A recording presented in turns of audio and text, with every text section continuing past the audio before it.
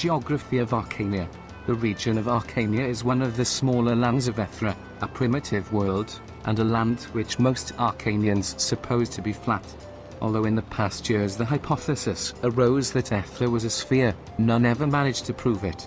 Even today, no Arkanian has succeeded in crossing the world. To the east, the Arkanian continent is limited by the Iron Sword, an almost invincible mountain range that rises to more than 30,000 feet. To the west is the Sea of Seven Winds, a treacherous ocean, unnavigable by Arkania's meager flotilla. Beyond this lies a legendary continent, the Golden Land. Whether the world ends with the Golden Land is beyond the knowledge of Arkanian geographers. To the north of Arkania, provided it is not covered in ice, are both deep wood and long, treeless plains. Settlements are rarely found here, but those that do remain belong to the Nives, groups of steppe nomads, following the trail of the huge Karen herds through its plains. To the northwest, there is Orkland, highlands enclosed by many mountain range and aptly littered with numerous orc tribes. Relentlessly, the multiple tribes engage one another in bloody feuds for hunting grounds, pasturages or servants.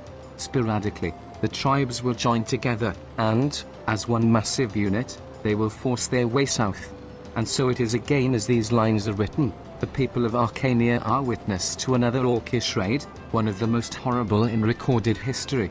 The dark-furred hordes, full of bloodlust, have left unspeakable devastation in their wake. But what's more, they have reached the gates of the imperial city, Gareth. To the far west of Auckland is Thor, the empire of a race of pugnacious and rapacious seafarers. With their light, single-masted ships, locally referred to as otters, the four-way lions travel the coasts of Arkania in search of new goods and traders. Finding small and fortified harbors, the four-way lions are quick to raid, yet the red-haired giants will attempt trading should they meet with any resistance from the harbor's citizens. Beyond Arkania's northeastern corner is Borland, a densely wooded area which, like Arkania's eastern side, ends abruptly where it meets the Iron Sword Mountains.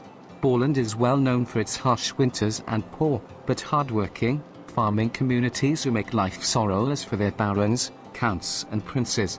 Festum, the land's capital and residence of the nobles marshal, is known to be one of the most gorgeous and pleasuring harbour towns in all Arkania. South of Borland's forests are the Red and Black Sickle Mountains. Though not as treacherous or steep as the Iron Sword, the mountains are infested with goblins and rarely travelled. Between the two ranges is the Middle Reich, a zone of moderate climate. Many settlements and clearings dot its hills and a smattering of roads connect the communities to one another. Gareth, Arkania's largest town with approximately 120,000 citizens, is Middle Reich's capital, and serves as the nerve center of the area. On the outskirts of the Middle Reich, dense forests grow and meet with those of the Sickle Mountains. According to the dwellers, dwarves inhabit these woods, making travel through their realm foolish at best. An island province of the Middle Reich, Maraskan, lies to the east of the Arkanian continent in the Sea of Pearls, and is rich with mountainous, wooded beauty. It is normally a quiet land where conflict seldom occurs. The rest of Arkania often makes jokes about the status of supplies in this area, knowing full well that nothing much else is worth the words. Its people, secreted and of their own, are now seeking independence from the powers of the Middle Reich. The goal of freedom, some say, is not so far off. South of the Middle Reich lies the Desert Com, home of the Novadis, a proud race of desert nomads. The desert is met by the Atom and Hyaton mountains to its west. Slopes which shield the Com from the rain clouds that drift west with the winds toward the Lovely Field. A rich and fertile land, Lovely Field is bright with the season's blooms, and is home to numerous Arkanian residents, most of which live in Vinsalt, the capital city. Other towns in Lovely Field, including Granga, Kuslik, Belhanku and Silas, are said to be the most fertile lands in all of Arkania. Naturally, most of Lovely Field's residents farm by trade, and their settlements flourish with an abundance of good and grains. Most of the villages in Lovely Field are well fortified to protect their bounty from the endless raids drawn by its wealth. From its eastern side, the Novadi tribes attack the province again and again, while the coasts are plagued by the four-way lion otters. Southwest of the Aton Mountains, Arkania's tropical area begins. The land is marked by the high peaks of the Rain Mountains, whose tips jut above the dense jungle.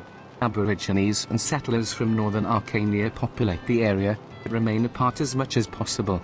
Generally, only trading brings them together. The Arkanian settlements decorate the shoreline and support flourishing trade.